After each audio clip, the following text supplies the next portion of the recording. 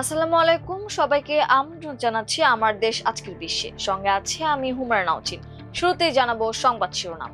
হরমুজকে নতুন মার্কিন ভূখণ্ড ঘোষণা করে মানচিত্র প্রকাশ ট্রাম্পের, ইরানের পাল্টা হুঁশিয়ারি। আবারও ইরান যাচ্ছেন পাকিস্তানের সেনাপ্রধান। ইসরায়েলের ওপর নিষেধাজ্ঞার আহ্বান 102 সাবেক কূটনীতিকের। ইউরোপ জুড়ে অস্ত্র কারখানায় গুপ্ত হামলা চালাচ্ছে রাশিয়া। মার্কিন পণ্যের ওপর পাল্টা শুল্কারোপের ঘোষণা কানাডার। থাইল্যান্ডে একযোগে অর্ধশতাধিক স্থানে আগুন হামলা। শুনছিলেন সংবাদ শিরোনাম, এবারে বিস্তারিত। হরমুজ প্রণালীকে যুক্তরাষ্ট্রের নতুন এলাকা হিসেবে চিহ্নিত করে একটি মানচিত্র সামাজিক যোগাযোগ মাধ্যমে পোস্ট করেছেন মার্কিন প্রেসিডেন্ট ডোনাল্ড ট্রাম্প। গতকাল শনিবার নিজের সামাজিক যোগাযোগ মাধ্যম ট্রুথ সোশ্যালে তিনি এই মানচিত্র পোস্ট করেন, তবে এর সঙ্গে কোনো মন্তব্য বা ব্যাখ্যা দেননি। এ নিয়ে এক সপ্তাহের মধ্যে দ্বিতীয়বারের মতো একই মানচিত্র পোস্ট করলেন ট্রাম্প। এর আগে গত শুক্রবার নিউ ইয়র্কের লং আইল্যান্ডে একটি পুলিশ একাডেমিতে দেয়া বক্তব্যে ট্রাম্প বলেন, ইরানকে পরাজিত করার পর খুব শিগগিরই তিনি হরমুজ প্রণালীকে যুক্তরাষ্ট্রের অংশ হিসেবে ঘোষণা করবেন। ট্রাম্প বলেন, হরমুজ প্রণালী মূলত এখন যুক্তরাষ্ট্রেরই এলাকা। আমাদের অবরোধ রয়েছে, আমাদের অনুমতি ছাড়া এখন সেখানে কোনো জাহাজ চলাচল করতে পারে না। তবে ট্রাম্পের এই মন্তব্যকে কতটা গুরুত্ব সহকারে নেওয়া উচিত, কিংবা এটি তার প্রশাসনের নতুন কোনো পররাষ্ট্র নীতির ইঙ্গিত কিনা, তা তাৎক্ষণিকভাবে স্পষ্ট হওয়া যায়নি।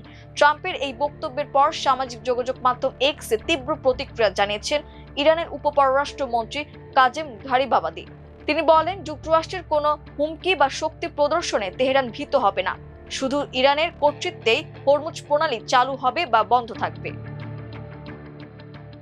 পাকিস্তানের সেনাপ্রধান জেনারেল আসিম মুনির সোমবার ইরানের রাজধানী তেহরান সফর করবেন। ইরানের পররাষ্ট্র মন্ত্রণালয়ের মুখপাত্র ইসমাইল বাঘাইয়ের বরাত দিয়ে এ তথ্য জানিয়েছে দেশটির সংবাদ সংস্থা ফার্স। বাঘাই জানান, দ্বিপক্ষীয় সহযোগিতা জোরদার করা এবং আঞ্চলিক শান্তি ও নিরাপত্তা প্রতিষ্ঠায় পাকিস্তানের আন্তরিক প্রচেষ্টা অব্যাহত রাখার লক্ষ্যে এই সফর। সাম্প্রতিক সময়ে মধ্যপ্রাচ্যে উত্তেজনা ও নিরাপত্তা পরিস্থিতির মধ্যে পাকিস্তানের সেনাপ্রধানের তেহরান সফরকে তাৎপর্যপূর্ণ হিসেবে দেখা হচ্ছে। বিশেষ করে ইরান ও পাকিস্তানের মধ্যে নিরাপত্তা ও আঞ্চলিক বিভিন্ন ইস্যুতে যোগাযোগের ক্ষেত্রে এই সফর গুরুত্বপূর্ণ হতে পারে। তেহরান সফরে দুই দেশের দ্বিপক্ষীয় সম্পর্ক, নিরাপত্তার সহযোগিতা এবং আঞ্চলিক শান্তি ও স্থিতিশীলতার বিষয়গুলো গুরুত্ব পেতে পারে। তবে সফরে নির্দিষ্ট কি কি বিষয় আলোচনা হবে বা কোনো চুক্তি হবে কিনা সে বিষয়ে ইরানের পক্ষ থেকে বিস্তারিত জানানো হয়নি।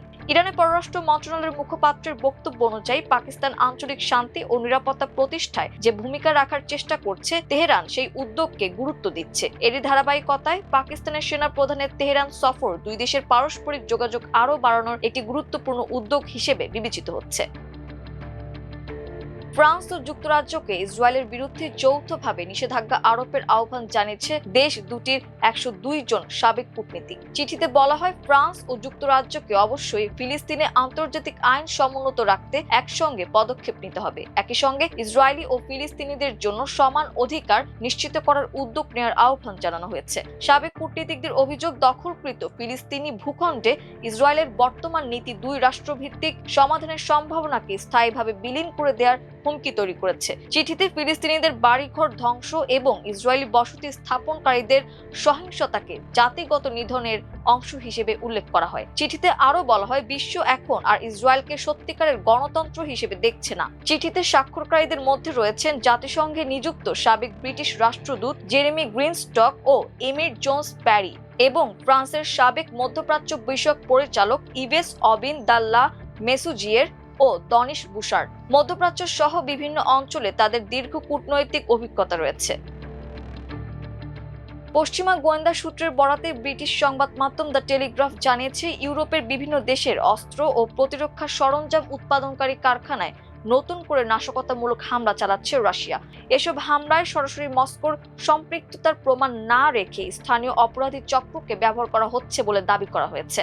গোয়েন্দা কর্মকর্তাদের ধারণা, ন্যাটোর প্রতিক্রিয়া কতটা কঠোর হতে পারে তা পরীক্ষা করতেই এসব হামলা চালানো হচ্ছে।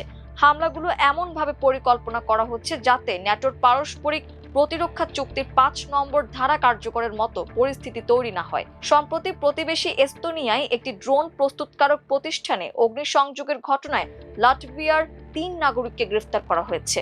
গত 15 আগস্ট রাতে তাল্লিন ভিত্তিক নীল রেম রোবোটিক্সের একটি ভবনে আগুন দেয়া হয়। প্রতিষ্ঠানটি ইউক্রেনকে অস্ত্র সরবরাহ করে। মিলরেম রোবোটিক্সে অগ্নিসংযোগকে ন্যাটোভুক্ত দেশগুলোর ভূখণ্ডে ইউক্রেনের সামরিক সরবরাহ ব্যবস্থাকে লক্ষ্য করে নাশকতার বৃহত্তর ধারাবাহিকতার অংশ হিসেবে দেখা হচ্ছে। এক ন্যাটো কর্মকর্তা বলেন, সাম্প্রতিক বছরগুলোতে রাশিয়ার সাইবার হামলা ও নাশকতামূলক কর্মকাণ্ডের মাধ্যমে জোটের সদস্য দেশগুলোর বিরুদ্ধে অস্থিতিশীলতা তৈরির প্রচেষ্টা বাড়িয়েছে। পশ্চিমা কর্মকর্তাদের মতে রাশিয়ার হাইব্রিড যুদ্ধের অন্যতম লক্ষ্য হলো ন্যাটোভুক্ত দেশগুলোর মধ্যে উত্তেজনা বাড়ানো এবং ইউক্রেনের প্রতি তাদের সমর্থন দুর্বল করা। 3 দিন ধরে চলা সংলাপ ব্যর্থ হওয়ার পর কানাডার বেশ কিছু পণ্যের ওপর 50% শুল্ক চাপিয়েছেন ট্রাম্প। গতকাল শনিবার মধ্যরাত থেকে কার্যকর হয়েছে এই শুল্ক।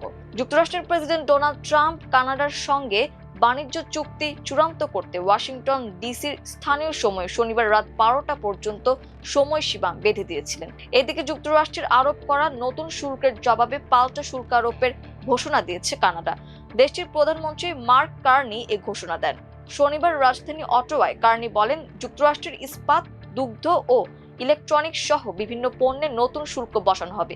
আগামী 8 সেপ্টেম্বর থেকে এসব শুল্ক কার্যকর হবে। তিনি বলেন, কানাডার শ্রমিক, কৃষক, পরিবার ও ব্যবসা প্রতিষ্ঠানকে সুরক্ষা দিতে যুক্তরাষ্ট্রের নতুন শুল্কের সমপরিমাণ পাল্টা শুল্ক আরোপ করা হবে।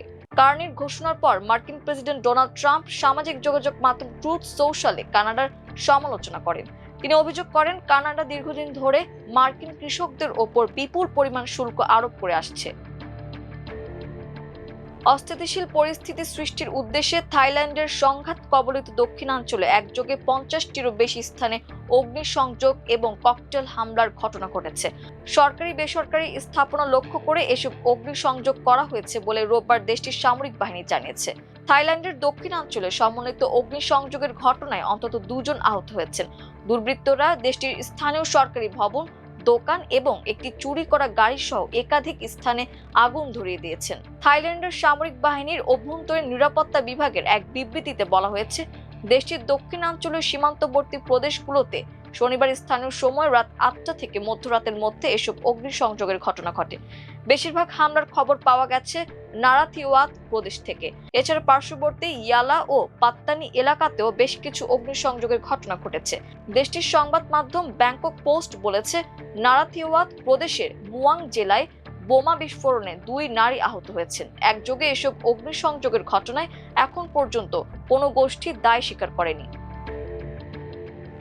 এই ছিল আমার দেশ আজকের বিশ্বে। এতক্ষণ আমাদের সঙ্গে থাকার জন্য অসংখ্য ধন্যবাদ। আল্লাহ হাফেজ।